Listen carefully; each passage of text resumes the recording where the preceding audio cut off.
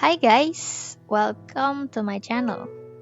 Aku mau sharing tentang apa yang aku pelajari dari bukunya Yoan Jung yang berjudul Hargai Diri Sendiri dan Berhentilah Tersakiti. Psikologi emosi untuk kamu yang berusaha menyembunyikan sedih dan kesal dari orang lain. Buku ini ditulis oleh seorang psikiater di Korea dan cerita di dalamnya itu terinspirasi dari klien-kliennya. Banyak banget cerita-cerita yang dipaparkan terutama tentang relasi. Kayak relasi dengan orang tua, rekan kerja, teman, dan bahkan pasangan. Semuanya ada di buku ini. Nah, aku mau menyampaikan 3 hal yang aku pelajari dari buku ini. Yang aku sebut cara menjaga kewarasan batin, stop menyakiti diri sendiri. Oke, yang pertama, hidup berjalan sesuai pemikiran kita. Di buku ini dijelaskan kalau dalam psikologi ada yang namanya conditioning atau pengondisian. Pada intinya, conditioning ini seperti mantra yang selalu kita ucapkan dalam otak kita.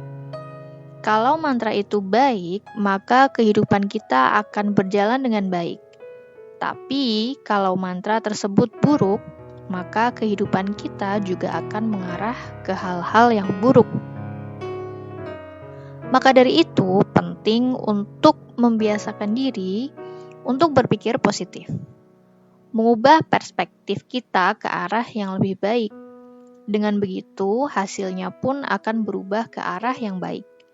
Sebaliknya, jika kita terus berpikir negatif, maka pikiran-pikiran tersebut akan mengarahkan kita pada depresi. Contoh mantra negatif yang mungkin kita katakan adalah I'm not good enough. Kayak di film Inside Out. Kalau kalian udah nonton, pasti kalian paham. Sebaliknya, kita bisa memilih kalimat yang baik untuk diri kita sendiri. Contohnya, it's okay, aku sudah mencoba dan berusaha. Kita sebagai manusia yang memiliki akal selalu bisa memilih. Dalam buku ini, kehidupan diibaratkan sebagai lift yang menuju ke suatu tempat. Ada tombol-tombol yang harus kita tekan supaya bisa mencapai tempat tersebut. Ada tombol positif dan ada juga tombol negatif. Pilihan ada di tangan kita. Next, yang kedua yaitu mulailah speak up. Terkadang atau bahkan sering kita menyakiti diri sendiri dengan bungkam. Tidak mengatakan apa yang sebenarnya kita ingin. Biasanya orang yang punya rasa nggak enakan yang tinggi bisa relate sama keadaan ini. Contoh sederhana dalam relasi pekerjaan. Ada rekan kerja yang minta bantuan kamu, padahal tidak mendesak, sedangkan kamu ada deadline kerja yang harus diselesaikan.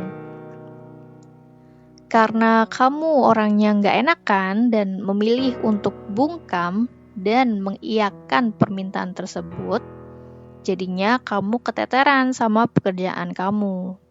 Alhasil kamu harus begadang atau bahkan gak tidur demi menyelesaikan tanggung jawab kamu. Dan mungkin aja pengaruhnya gak berhenti sampai di situ. Karena begadang, kamu jadi telat berangkat kerja. Diawali dengan pagi yang buru-buru sehingga mempengaruhi mood kamu dan the rest of the day juga gak berjalan dengan baik. Coba aja kalau kamu memberanikan diri untuk speak up. Ngomong tentang keadaan kamu yang sebenarnya, bahwa kamu belum bisa bantu karena ada kerjaan lain. Kamu gak pernah tahu reaksi orang. Mungkin orang tersebut akan memaklumi dan mengerti keadaan kamu. Tapi kalaupun sebaliknya, kamu tidak perlu merasa bersalah atau merasa itu adalah tanggung jawab kamu. Karena percayalah, di dunia ini kamu tidak akan bisa menyenangkan semua orang. Nah, yang berikutnya, yang ketiga, kenali dirimu sendiri.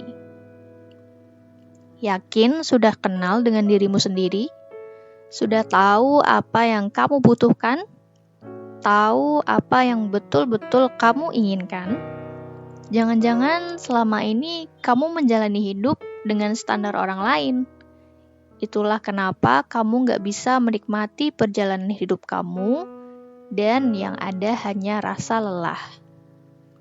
Untuk kita para perempuan, mungkin terbebani dengan standar kecantikan yang sangat tidak realistis, di mana yang diidam-idamkan adalah perempuan cantik, putih, yang bertubuh langsing, yang kita bisa temukan di media sosial dengan mudahnya.